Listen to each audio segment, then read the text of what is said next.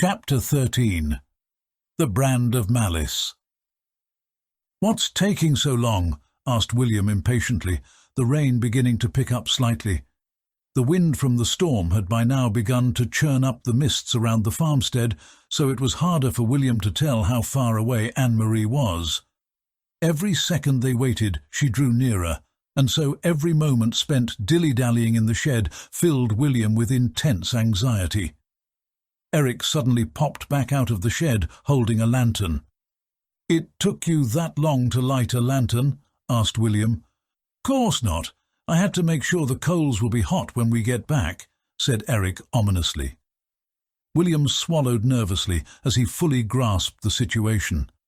They were going to go and rob a war hero's grave, create a makeshift brand to mimic the sigil on his shield, and then brand it into William's flesh.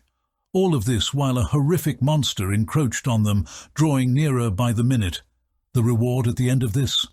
They would still be face to face with the monster, but hey, at least it wouldn't be able to take control of their bodies and make them murder each other. As he exited the shed, Eric slapped him on the back and gave him a confident nod. William let out an anxious groan and shook his head as the two boys hurried off into the moorlands. Just as they were entering the fields, Eric suddenly handed his shovel to William. "What are you handing it to me for? I've already got one," said William, holding up the shovel in his other hand. "I need my other hand for this," said Eric ominously, grabbing an enormous hammer that was leaning against the side of the field's fence and resting it over his giant shoulder. "What could you possibly need that thing for?" asked William, surprised. "The moor crawlers have been acting up lately," said Eric ominously as he led the way out into the field. "Ain't that hammer for culling pigs?" asked William, staring at the pig hammer that was as large as he was. William struggled to keep up with the pace Eric was setting despite carrying the giant weapon. "Aye, but me pa and I use it on the moor crawlers too. They get stuck in our traps when they're going after our pigs," said Eric, staring anxiously around the swirling mists as he jogged onwards. "But I thought moor crawlers were just like foxes or something," replied William, assuming that the pig hammer was a little overkill. "No, brother, they're as big as us," clarified Eric with a serious nod. "Aye?" exclaimed William in shock. "And you just use that thing to—" William trailed off as he tried to figure out how to phrase his question as he stared at the giant hammer in Eric's hands. Eric nodded stoically as the two boys continued their jog before he suddenly pointed with the lantern out ahead of them. "There it is," he said, quickening his pace slightly. A tree suddenly came into vision through the fog, and as the two boys dashed towards it, William noticed a small wooden grave marker. Eric leaned his hammer up against the tree beside them and took one of the shovels from William. "Sorry, Granda," said Eric with a sigh. He dug his shovel into the dirt, his farm boy strength showing as he effortlessly penetrated deep into the moorland earth. He tossed the soil aside and went back for a second shovelful. "Aye," exclaimed William, swallowing back his disgust at the memories of his last shovel swing before also showing his own strength by managing to easily penetrate through the soil too. "Your great-grandma isn't in here too, is she?" asked William anxiously as he shoveled. Eric shook his head solemnly. "The monster's got her," said Eric quietly. William returned his focus to the task at hand and quickened his pace. After a few minutes of the two boys hurriedly digging to disentomb Sir Heinrich Rothmane, William's shovel finally hit something solid. "I think we've found him," shouted William, almost allowing some semblance of excitement to enter his psyche. The two boys dug a little more and unearthed enough of the old knight's coffin to be able to lift the lid. "Here goes nothing," said Eric, pulling the lid from the coffin before immediately regretting not covering his nose. "Oh, that's dank," said William, spluttering as the stale air from inside the coffin filled his lungs. "But hey, look, there it is," said Eric.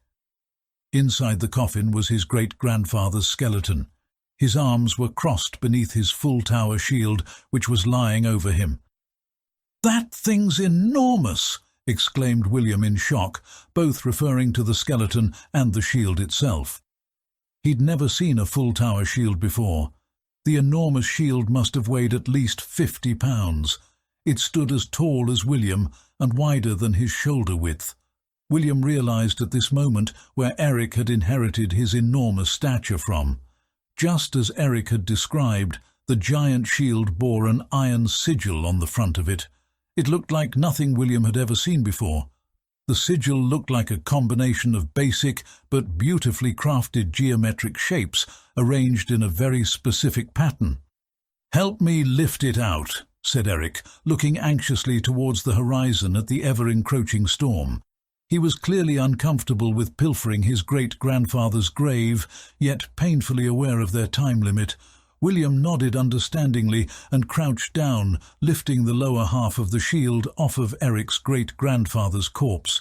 Between the two strong boys, they managed to heave the enormous old shield out of the grave. Eric pulled it upright and leant on it, looking down over his great-grandfather, while he and William momentarily gathered their breath. "Sorry, Granda, we've no time to put you back under," said Eric guiltily as he stared at old Rothmane's open-jawed skull in the coffin slowly being filled with rain. "Come on, let's get back, we haven't much time," said William, extremely conscious that the storm was almost upon them. Eric nodded in agreement, but then suddenly stopped in his tracks. "Wait a minute," he said, his eyes narrowing. William followed his gaze down into the coffin, only now noticing what Eric had seen. Clutched to the old knight's chest, beneath both of his enormous skeletal hands, was some kind of trinket. Between the bony fingers, William could make out a red gem wrapped in an intricate metal design. "What is that thing?" asked William, looking up at Eric searchingly. Eric shook his head as he lowered the shield down to the ground. He crouched down next to the grave and slowly reached a hand down towards his great-grandfather's closed fingers, looting the trinket from within. "What is it?" asked William, walking over to his side and looking down at the object. Eric pulled it up and inspected it closely. William could just make out that it looked more like a badge than anything, and on its outermost layer there was a design with a large capital R, a hammer and a flower. Hidden beneath that was a strange sigil similar to that which was on the shield. The entire design was wrapped intricately around a ruby-like gem at its centre. "It has our family crest on it," said Eric, rubbing a finger gently over the large letter R. Suddenly a bolt of lightning from the storm brought the boys' attention back to the matter at hand. Eric snatched his hand closed and stood back upright. "Come on, we'll worry about this later. Let's get back to the farm," said Eric, pocketing the trinket as he looked up to the horizon. William nodded in agreement, casting one last worried look at the open grave before turning away and running back towards Eric's farmyard. When they finally made it back to the shed, Eric wasted no time, immediately beginning to get busy preparing to make the brand. William knew that he needed to help, or there was no way they'd be able to get this done on time. He looked around and saw a grimy old sack of green sand leaning against a wall, which he hurriedly grabbed and carried over towards Eric. "What are you doing with that?" asked Eric in confusion. "Don't we need it to make a mould?" asked William. Eric shook his head. "We don't have time to make things the proper way. How long do you think it'd take for the iron to cool?" asked Eric, turning back to the workbench that he was clearing. William shook his head and tried to regain his composure. He wasn't thinking straight. As the walls of the shack began to shake from the ferocious winds and rain which were growing stronger outside, William let out an anxious groan. "Come here," said Eric as he lifted the enormous shield up onto the workbench and leant it against the wall. William nodded, slapping his cheeks to regain his composure again before standing by his friend. Eric picked up a bucket from under the bench and poured its contents over the worktop. "Iron scraps?" asked William. "Aye. Look, we don't have the time to do this any other way. "We'll have to bend these scraps into the shapes that we need," said Eric distractedly as he rifled through the scraps looking for appropriate pieces. But how do we connect them up into one shape?" asked William, not yet understanding how this was going to work. "Brother, we can't. With the time we have, making a single brand as complicated as this is impossible," said Eric sincerely. William stared back at him blankly. "Look at the design of the sigil," said Eric, nodding towards the shield leant up against the wall. William stared at the shield, still not quite following. "It's made up of a few basic shapes, right?" asked Eric, raising an eyebrow. William finally realized what he meant, and suddenly dread filled his heart once again. "You mean—" began William. "Aye, brother. We can't make a brand of that shape, so we'll just have to brand that shape into you piece by piece. We'll need to be branding you 6 times, said Eric in an apologetic tone. William had no time to lament. He took a deep breath and nodded understandingly. "Okay, what do we need to do?" asked William. "Looking at that sigil, we need 3 different size circles, 2 different size triangles, and 1 straight piece," said Eric assuredly, nodding his head as he assessed the design. "Okay, you do the circles, I'll work on the triangles," said William, picking up a pair of metalworking pincers from beside the forge. Eric nodded, and without wasting another moment, the 2 boys got to work. They rifled through the metal scraps, picking out the most appropriate pieces and hastily trying their best to bend them into the shapes that they needed. Each time that the boys finished bending one of the pieces of metal into the shapes that they needed, they'd move it over to the forge and place it over the coals, heating it up in preparation for burning it into William's flesh.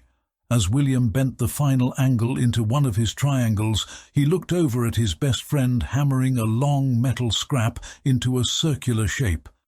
There was no person he trusted more than Eric to get this crazy plan of theirs to work. He was glad that it wasn't him that had to figure out how to brand that shape together, as under the current circumstances he knew that the pressure would make his mind freeze up. Crashes of lightning were exploding all around the moorlands surrounding the farm. Both boys knew that they had barely minutes left before she would arrive at their doorstep.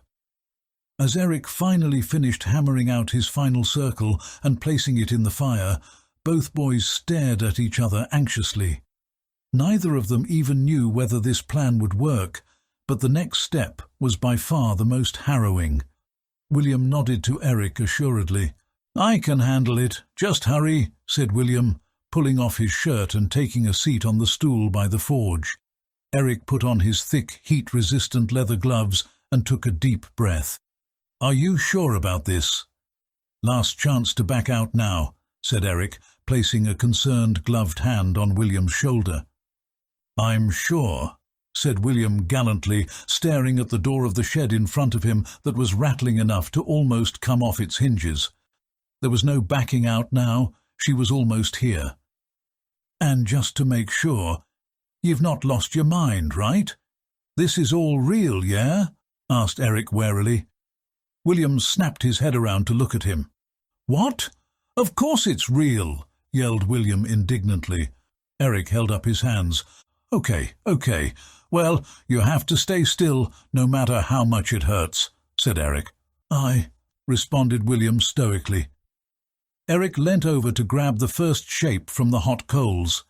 Suddenly something occurred to William. "Wait," he said, turning to face Eric.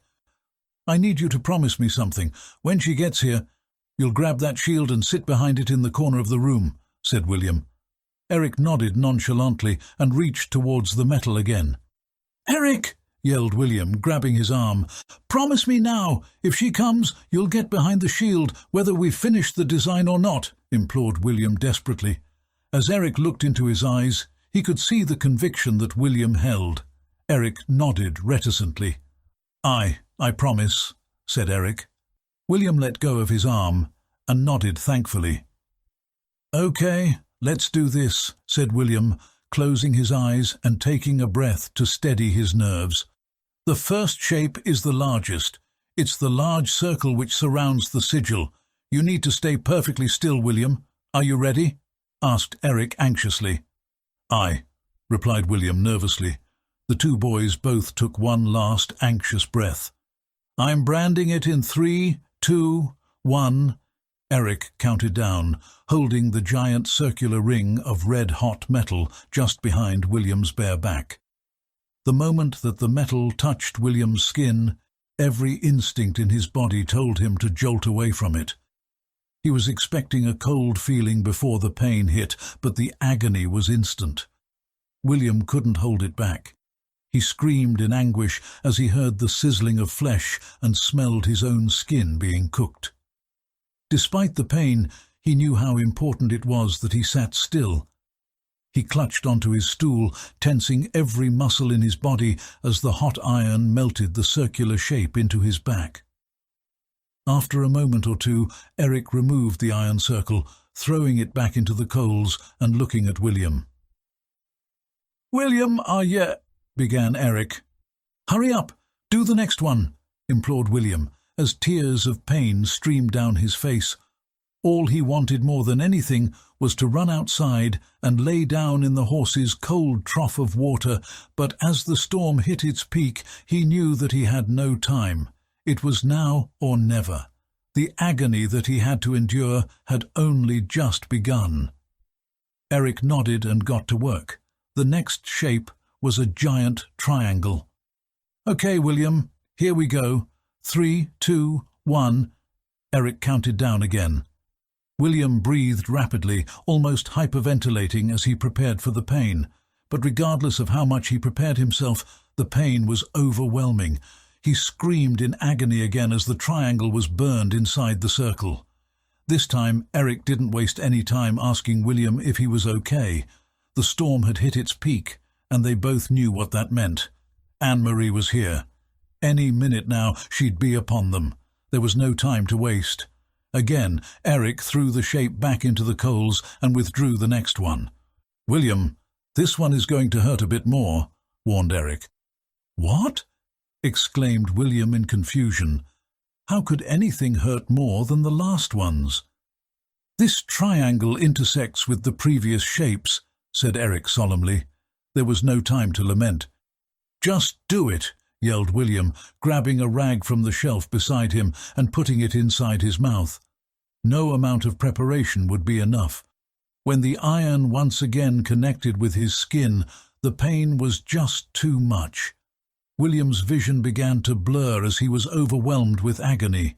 The cloth that he'd been biting down on fell from his mouth as he shrieked his lungs out.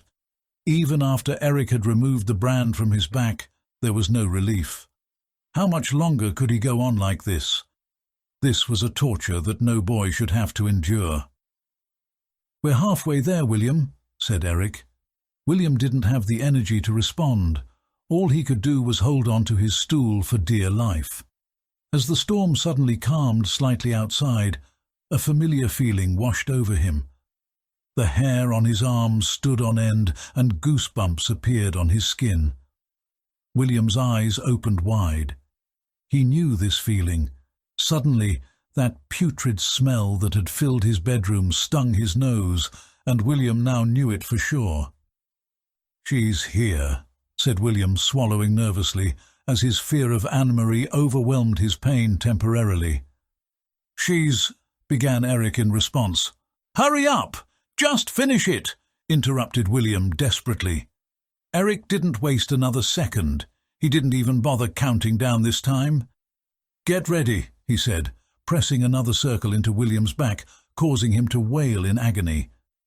"Okay, 2 more to go," said Eric, again casting aside the previous circle and leaning in with the smaller circle as the penultimate shape. "Here we—" began Eric, when suddenly the doors of the shed blasted open. It was as if time stood still. There at the door of the shed, in all her horror, was Anne-Marie. William froze in fear as he stared at the horrific being standing before him. He hadn't seen her up this close since she'd transformed after murdering his parents. She was even more horrifying than William had realized. Never in all his years could he have imagined something as terrifying as the monstrosity that was currently looming mere feet away from him. Suddenly, he felt that familiar feeling of hot iron being pressed into his back.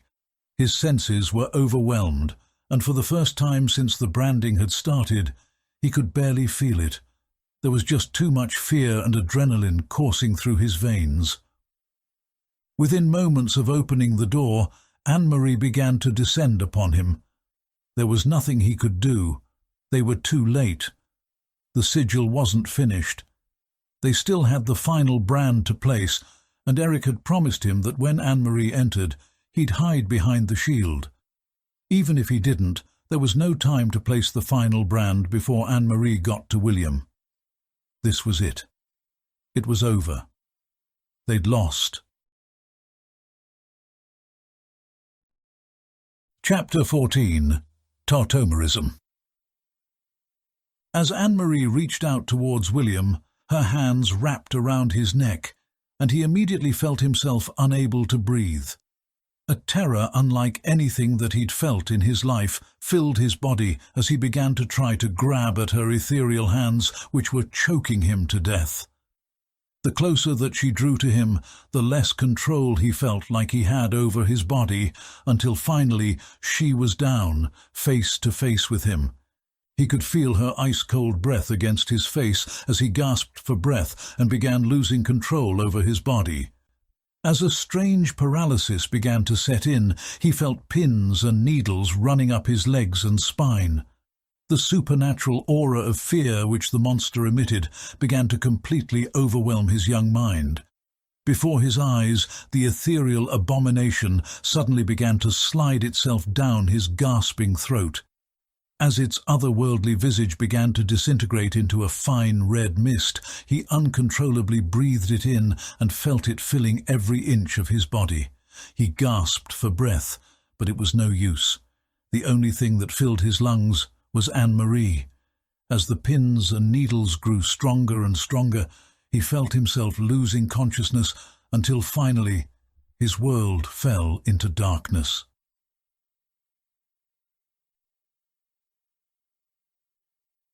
When William opened his eyes, he didn't recognize his surroundings. As he tried to move his arms, he realized that he was in some way bound up. His arms were extended upwards in either direction, seemingly tied up or restricted. With his head nodded downwards, he could see that his body wasn't composed of his normal flesh. Instead, he was somewhat ethereal, as though comprised by a shimmering mist of sorts. As he regained consciousness, a million questions spun in his mind. He was less filled with fear than confusion. This didn't last long, however, as when he raised his head to look up, he beheld an almost unfathomable monstrosity.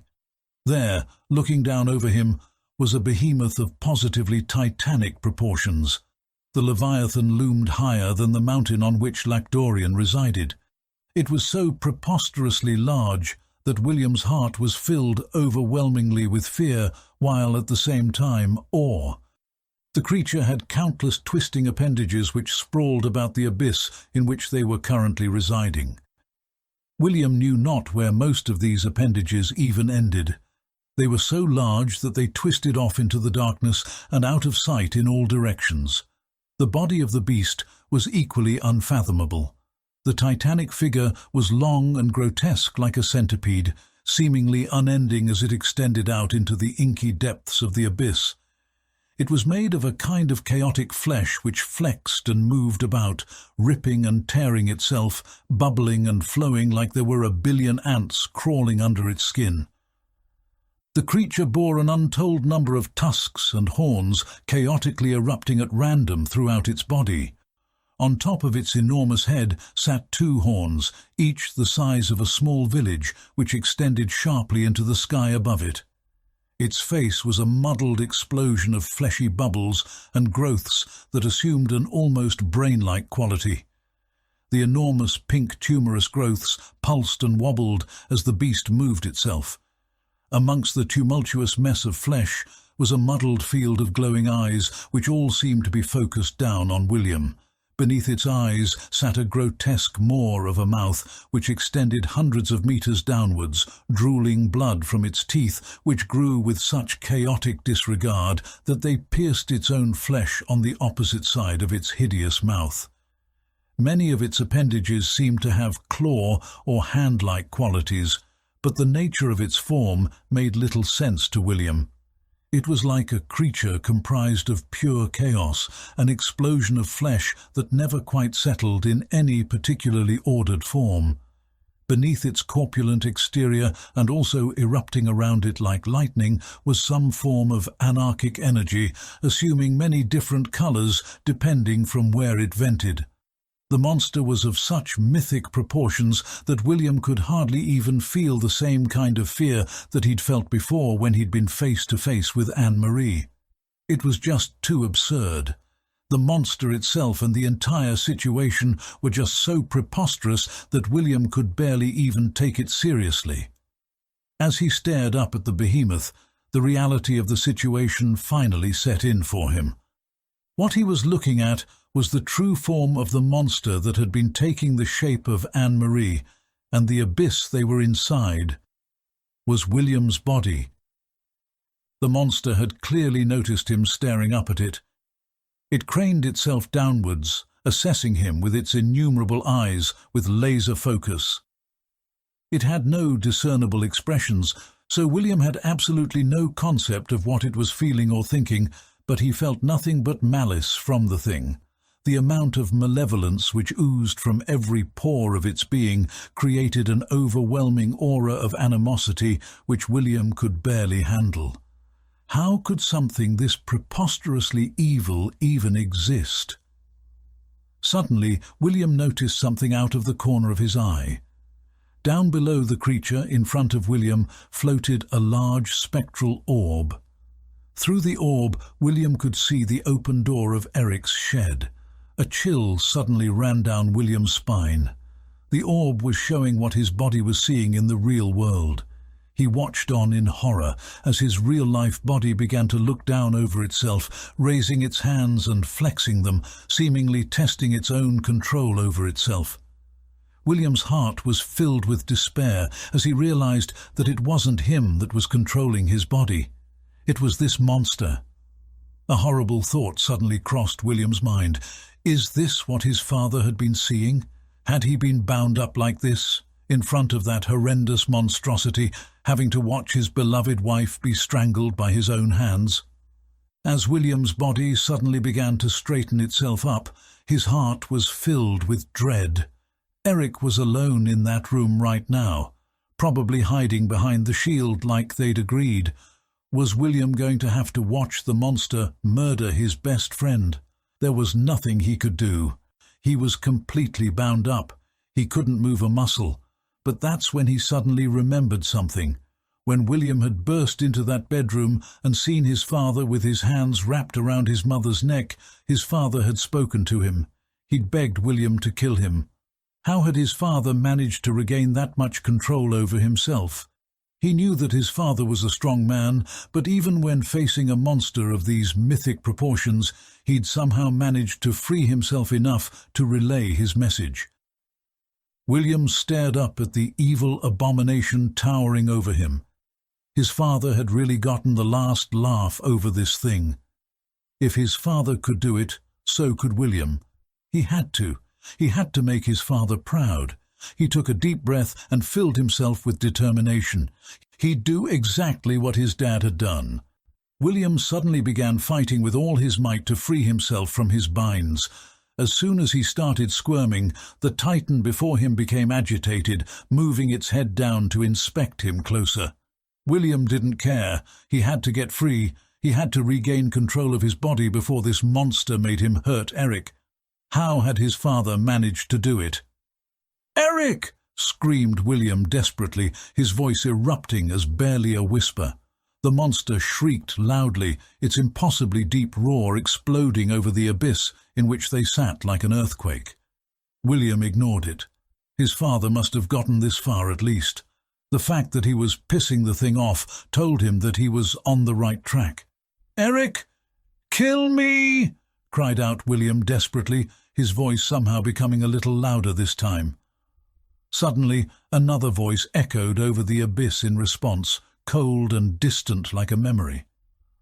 "Sorry, William, but we're not done yet," said Eric's voice.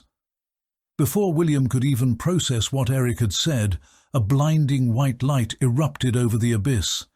The sound of sizzling flesh echoed all around him, and as the light and sound intensified, the monster released a horrendous shriek which shook the very earth beneath their feet. Just what in the world had happened? William couldn't open his eyes, as the light which was erupting over the abyss blinded him. After a moment, William tentatively forced his eyes open anyway, and what he beheld filled his heart with horror. The monster was still screaming. It almost sounded panicked. The beast was twisting and turning its head around in all directions, seemingly looking for something. As the white light started to die out, the monster suddenly exploded into action. Its millions of appendages carried it scuttling around the abyss like a cockroach trapped in a glass jar. It was shrieking and screaming in a way that made William feel like it was somehow in fear. What had happened? Just what had Eric done to somehow incite fear in a beast of such unfathomable proportions? Regardless of how it had happened, the monster was now flailing and scuttling about, its attention finally having left William. This was his chance to regain control. He pulled with all his might at whatever was binding him, and as he focused his willpower like he never had before, he felt something beginning to tear away. After a moment, his arms were freed, and he fell to the floor of the abyss. Immediately, the behemoth turned back around to face him. For a moment, the two of them were frozen in place, as William stared between the monster and the floating orb to the real world. The monster suddenly released a roar, clearly not of fear this time though, but of fury. William had to act fast. He raced as quickly as his ethereal legs would carry him towards the orb as the mountainous behemoth scuttled upon its countless appendages after him, quaking the earth as it galloped. As William stretched out his arms and dived towards the orb, some of the beast's enormous appendages extended towards him. At this moment, a smirk crossed William's face. He knew he'd beaten it. His world suddenly faded into blinding white light, and he felt an intense vacuum-like sensation. As he regained consciousness, he reeled in nausea as the overwhelming light of the dimly lit garden shed hit his eyes. It took him a moment to comprehend where he was. He had fallen from the stool that he'd been sitting in and was face down on the floor. As he shakily managed to right himself up onto his hands and knees, he was once again filled with overwhelming agony. His central nervous system blasted waves of pain up his spine from his fresh branding wounds. William cried out in pain as he returned to reality. "William?" exclaimed Eric's voice in concern. William's world flashed white and red as he was overwhelmed with pain. He fell forwards onto his face, groaning in agony. He managed to turn his head around on the floor and looked up at his friend.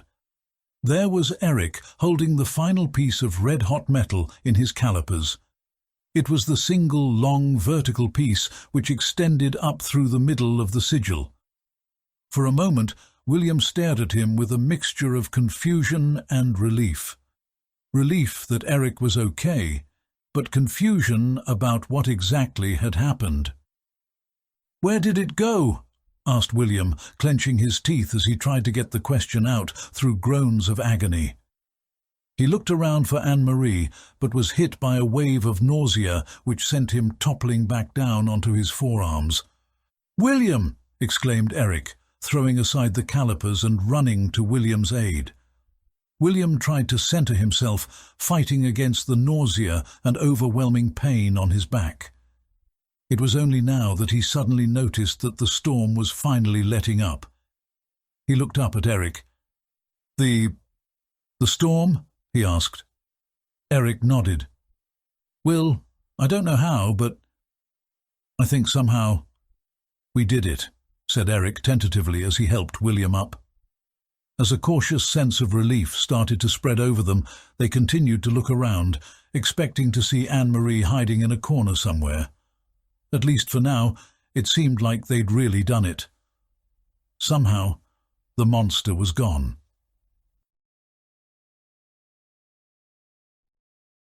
Chapter 15. The Break of Dawn. Eric stared down at his friend as his mind whirred with a million thoughts. After cleaning William's wound and applying some honey to it, he'd bandaged him up and set him down on his father's bedroll in the kitchen. Despite how painful his wound must be, William was in an extremely deep sleep. Eric's eye twitched when he thought about being face to face with that abomination. Never in a million years could he have prepared himself for what he was confronted with last night.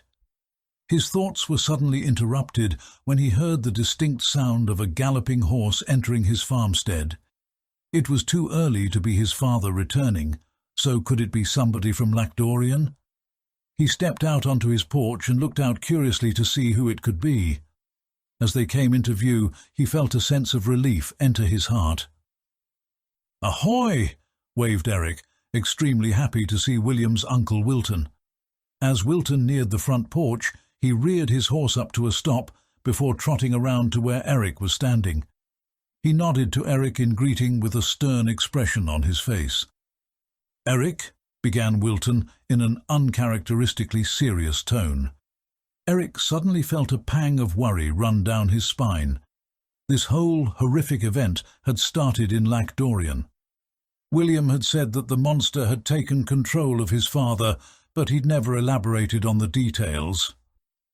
"I'm afraid I come bearing some horrible news," said Wilton, catching his breath for a moment as he seemed to be thinking about how to approach the conversation. "Is your father home?" he asked, peering over Eric's shoulder. "I'm afraid not. What's the news?" asked Eric anxiously. Wilton seemed to center himself for a moment. "Last night, William was involved in something," began Wilton cryptically. Eric suddenly felt his anxiety rising again. "I know that he must be scared, and I know that he can't return home. There's only one other place that the boy knows," continued Wilton, looking around the property searchingly. "Why can't he return home?" asked Eric curiously. "Have you seen him?" asked Wilton, ignoring Eric's question. "Is he in some kind of trouble?" asked Eric, dodging Wilton's question in return. Wilton let out a sigh. "Aye, he is. So have you seen him?" asked Wilton again. To Eric, it almost sounded like William had done something wrong. He assessed Wilton's demeanour. Not only did the man look exhausted and dishevelled, but he bore a curiously stern expression on his face. He'd never seen Wilton so serious in his life. If Eric did say yes, how could he even begin to explain why he'd branded his nephew's flesh 6 times? Could he just explain that a horrific monster wanted to take control over him? There was no way he'd buy that. Eric needed more time to think, but with Wilton standing right in front of him, he had to act on impulse. It was at this moment that Eric made a very important snap decision, which he could only hope was the right call. "No, I haven't seen him," replied Eric flatly. Wilton inspected him suspiciously. "He didn't come by last night?" asked Wilton again. "No, I haven't seen him since the feast," replied Eric with a shrug. Wilton exhaled with frustration and grumbled to himself before turning his horse back around towards the entrance of the farm. "Would you like to stay for some morning tea?" asked Eric daringly. "No, I haven't the time. I have to find William. If he comes by here, please, bring him back to Lacdorian," said Wilton seriously. "May I ask what kind of trouble he's gotten himself into?" asked Eric with concern. Wilton adorned a dark expression and paused momentarily. "I think he might know something about the murder of his father," said Wilton, his voice cracking slightly with emotion. Eric felt his head spin with shock. William? Playing a role in the murder of his father? There was no way. Even if he'd wanted to, the man was far too enormous. Surely it was that monster that had done it. Eric needed to know more. "What? Steinar's dead? What about Sasha and Mary? Are they okay?" asked Eric fearfully. Wilton sucked his teeth and looked down at the ground as his expression darkened even more. "Mary's dead too," said Wilton grimly, swallowing to hold back tears as the words left his mouth. Eric was too shocked to know what to say. He'd had no idea that William had lost both of his parents last night. Just how much had the poor boy suffered through? "As for Sasha, William dropped her off at our cottage last night before making off into the night," explained Wilton. "What? She was with William? Then does that mean she saw it happen?" asked Eric, genuinely concerned about Sasha having been face to face with that monster. Again, Wilton's expression darkened. "Aye. She's not coping well. A mind as young as hers ain't equipped for what she saw last night." "Says that the dead girl next door did it," said Wilton, shaking his head incredulously. Eric felt his heart drop. So there it was. Sasha had seen the monster, but people weren't believing her story. Would Eric corroborating it help the situation at all? If Eric told them that he'd seen it too, also adding the details of what transpired here, would they believe him? He didn't have enough information about what had happened to know for sure. Perhaps if he'd divulged the truth before Wilton had told him about Sasha's monster story, it would have held more weight. But now it had seemed like he's just clutching at straws to exonerate William. He took a deep breath. He needed to get the full story before he knew how to properly help him. Whether Wilton took William home now or later, it wouldn't change the fact that William's parents were dead. On top of everything, Eric didn't even know if the monster was truly gone yet. If he sent William home with Wilton and the monster was still inside him, it could pose a huge threat to the entire village. The last thing that he wanted was any more death. Eric closed his eyes and nodded understandingly. "I'm so sorry for your loss. Send my love to Sasha and Genevieve. My father and I will be thinking of you all," said Eric genuinely, shaking his head sadly as he fondly remembered William's parents. Wilton nodded appreciatively before turning his horse away and setting off back into the moors. Eric narrowed his eyes as he watched him riding away. Had he made the right decision? Should he have just told the truth? No. He knew what he had to do, as difficult as it would be. He let out a sigh and got to work making preparations for what lay ahead of them. As he walked towards his garden shed, he still couldn't help questioning his decision. Was it really okay to have lied like that to Wilton, or had he made things even worse for William? William woke up with a jolt, adrenaline coursing through his veins. It took him a few moments to figure out where he was and calm down, realizing that he had been having a nightmare. His relief was short-lived, however, as reality then came crashing down on him as the pain in his back reminded him that, in actuality, it wasn't just a dream. His mother, his father, and Anne-Marie were all dead. "Good morning," said Eric suddenly, pulling William from his dark thoughts and the precipice of a complete emotional breakdown. William tried to roll over onto his back, but immediately discovered that it was far too painful for him to be able to do that right now, so simply stayed plastered to the floor on his stomach like a slug. He groaned in pain as he rolled around on his belly, feebly trying to figure out a position that might be more comfortable than his current one. He got onto his hands and knees, which freed up the pressure on his chest and allowed him to breathe a little more easily. "Here, let me help you," said Eric, coming over and putting an arm down to support William up onto a chair. William thankfully accepted his help and felt relief run through his body as he was finally able to breathe more easily. For a few moments, William sat in simple disbelief at the pain he was in. He looked up at Eric, who was watching over him with concern. "How did the wound look when you saw it?" asked William, shaking his head miserably. Eric let out a sigh and shook his head. "I'll be honest, it's a bloody mess back there," admitted Eric. William slumped his shoulders and nodded understandingly. "How long until it heals?" asked William, terrified of the answer.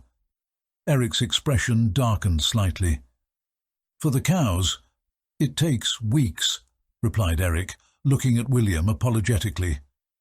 William let out a sigh of frustration. He'd already known what the answer would be, but hearing it out loud somehow made it feel worse. "Just wait until we do yours," William said with a cheeky, wry smile as he tried to find a comfortable position to sit in. At first Eric looked surprised, but then smiled and shook his head. "We'll do mine, but it'll just be a small one right here," said Eric, raising his eyebrow and patting himself on his left shoulder. "What? Why does yours get to be so small?"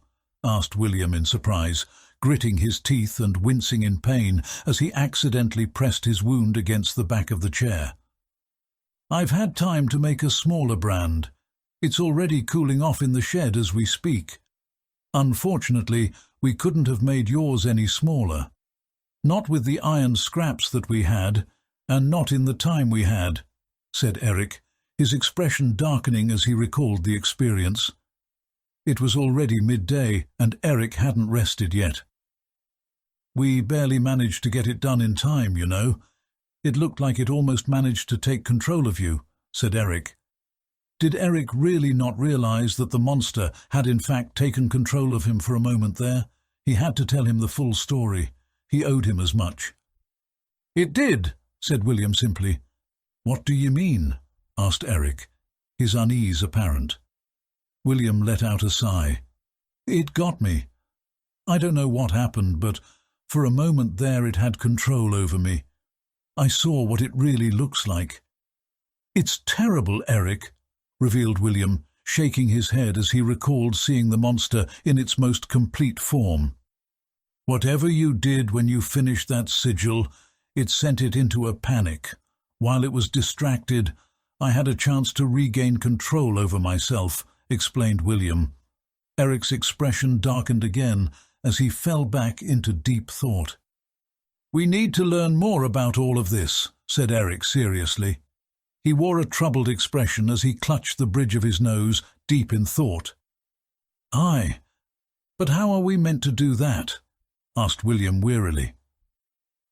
Eric took a deep breath and looked around the room for a moment, deep in thought. "There's only one place that could possibly have the information we need," said Eric, placing his hands on his hips and raising an eyebrow decisively. "Where's that?" asked William in confusion. "Oxgate Library," he replied, staring down at William seriously. "Eh?" asked William in surprise.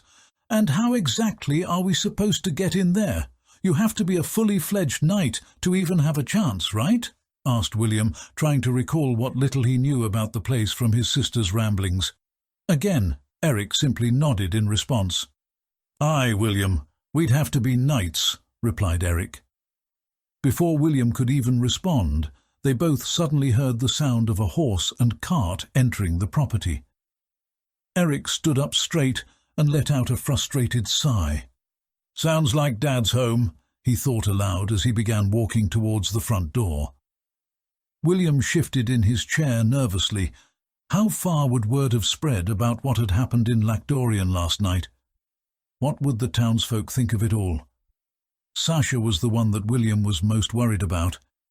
He was thankful that he'd managed to deliver her safely to Wilton's cottage, but he couldn't get her out of his mind. He desperately wanted to check up on her to make sure that she was okay.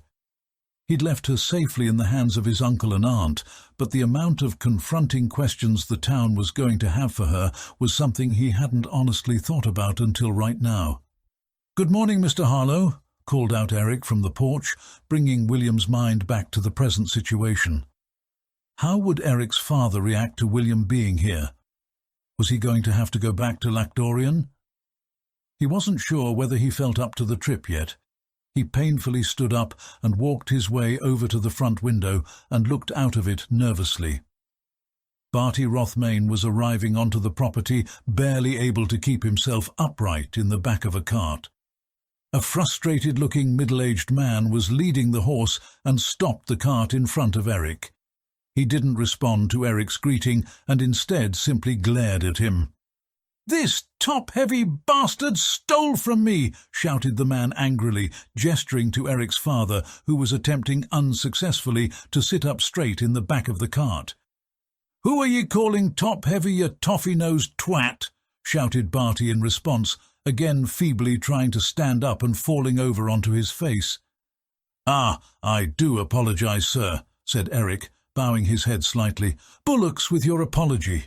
I'll be expecting the usual payment for hauling this useless pig back to his sty, plus an extra silver piece for the booze he guzzled," growled Harlow angrily.